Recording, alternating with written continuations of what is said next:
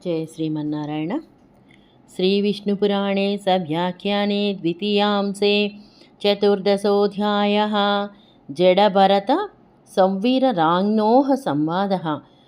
జడభరతునికి రాజుగారికి జరిగిన సంవాదము కొనసాగింపుగా ఈరోజు 69వ రోజు పారాయణ. తస్మాత్ శ్రేయాంస శేషాణి రూపైతాని న సంశయః పరమార్థస్తు భూపాల సంక్షేపాత్ శ్రూయతాం మమ. రాజా, అందువలన ఇవన్నీ శ్రేయస్సులే, ఇందులో సంశయము లేదు. ఇక ఇప్పుడు నేను పరమార్థమును చెబుతాను, వినుము. విష్ణు చిత్తీయ వ్యాఖ్య ఉపసంహరతి తస్మాదితి ఏతాని ధనాదీని శ్రేయాంస్యేవ నతు పరమార్థః పరమార్థస్తు శ్రూయతాం. విష్ణు చిత్తీయ వ్యాఖ్యకు అనువాదం. ఉపసంహరించుచున్నాడు. తస్మాత్ అని, ఇవి అనగా ధనాదులు శ్రేయస్సులే కాని పరమార్థము కాదు. పరమార్థమును ఇప్పుడు వినుము. ఏకో వ్యాపీ సమశుద్ధో నిర్గుణః ప్రకృతేః పరః జన్మవృద్ధ్యాదిరహితః ఆత్మా సర్వగతో వ్యయః.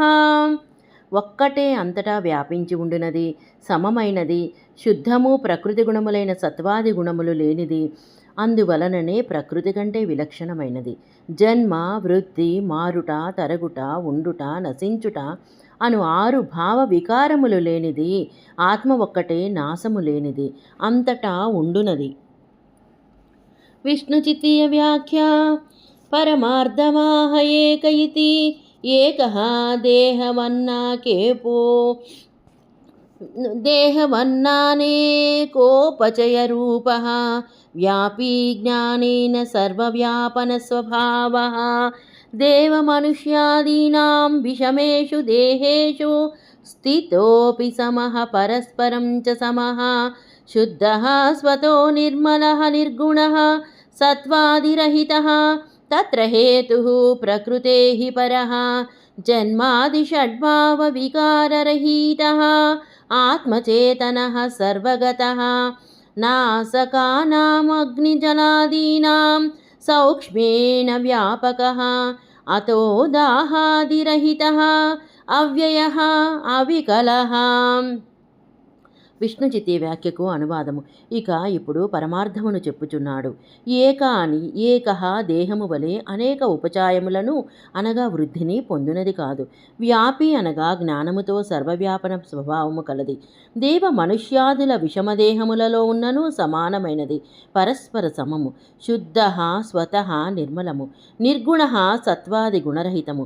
దానికి కారణము ప్రకృతే పరః అనునది జన్మవృద్ధి మొదలగు షడ్భావ వికారములు లేనిది. ఆత్మచేతనము సర్వగత నాశకములైన అగ్నిజలాదులలో కూడా సూక్ష్మరూపముగా వ్యాపింపబడి ఉన్నది. అందువలననే దాహాదులు లేనిది, అవ్యయ అనగా వికలములు లేనిది. పరజ్ఞానమయో సద్భిః నామజాత్యాదిభిర్విభుః న యోగవాన్న యుక్తో భూత్ నైవ పార్థివమోక్ష్యతే. పరమజ్ఞాన స్వరూపుడు, అసత్తులైన నామజాత్యాదులలో యోగము లేనివాడు, విభువు అనగా వ్యాపనశీలుడు, ఎవరితో కలిసేవాడు కాదు, కలవబూడు కూడా. విష్ణు చిత్తీయ వ్యాఖ్య పరమేతి పరమజ్ఞానమయః ప్రకృష్టజ్ఞానస్వరూపః పరజ్ఞానమయ ఇతి చ పాఠః పరశబ్దేన విషయజ్ఞానం వ్యావర్త్యతే సుఖసంవిత్స్వరూప ఇత్యర్థః. అసద్భిర్వినాశనాభిః దేవాదినామరూపైః కాలత్రయేప్యయుక్తః విభుర్దేహేంద్రియాణాం స్వామి స్వతః స్వరాడివితి వా. విష్ణు చిత్తీయ వ్యాఖ్యకు అనువాదం. పరమేతి పరమ జ్ఞానమయ ప్రకృష్ట జ్ఞానస్వరూపుడు. పరజ్ఞానమయ అని కూడా పాఠము కలదు. పరాశబ్దముతో విషయ జ్ఞాన వ్యావృతి చేయబడను. సుఖ సంవిత్వ రూపుడు అని అర్థము. అసద్భిః అనగా నశించు దేవాది నామరూపములలో భూత భవిష్యత్ వర్తమాన కాలములలో కలిసి ఉండేవాడు కాదు. విభుః అనగా దేహ ఇంద్రియాదులకు స్వామి, స్వతః స్వరాట్ అని కానీ చెప్పుకొనవచ్చును. తస్యాత్మపరదేహేషు సతోప్యేకమయం హి యత్ విజ్ఞానం పరమార్థో సౌద్వైతినో తథ్యదర్శినః. ఆ ఆత్మ తన ఇతరుల దేహములో ఉన్నను అది ఏకస్వరూపమే. విజ్ఞానమే పరమార్థము. భేదమును చూచువారు అతథ్యమును అనగా అసత్యమును అవాస్తవముగా చూచువారు. విష్ణుచిత్తీయ వ్యాఖ్య. ఏవమేకో వ్యాపీత్యాదినా ఆత్మస్వరూపముక్తం ఇదానీం తస్య దేవాదిరూపేషు ఆత్మపరదేహేషు సతోప్యేక ప్రకారం యద్విజ్ఞానం విజ్ఞానరూపం అసౌ పరమార్థ ఇత్యాహ.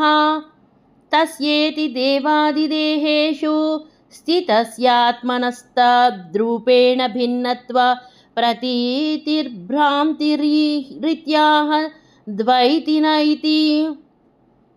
విష్ణుచిత్య వ్యాఖ్యకు అనువాదం. ఇట్లు ఒక్కటే వ్యాపించున్నది ఇత్యాదిన ఆత్మస్వరూపము చెప్పబడినది.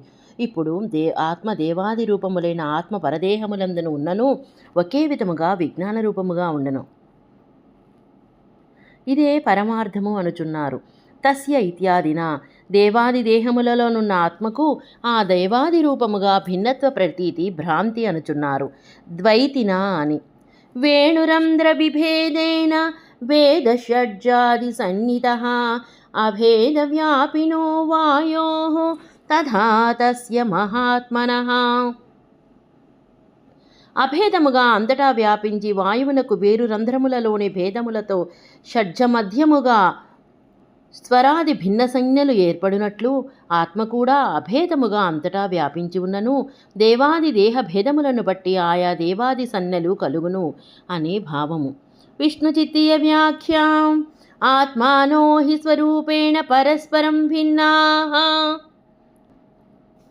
నతు దేవాదిరూపేణ తేషాం తద్రూపత్వస్యోక్తత్వాత్ కేచిదత్రాత్మనాం స్వరూపభేదో నిషిధ్యత ఇత్యాహుః.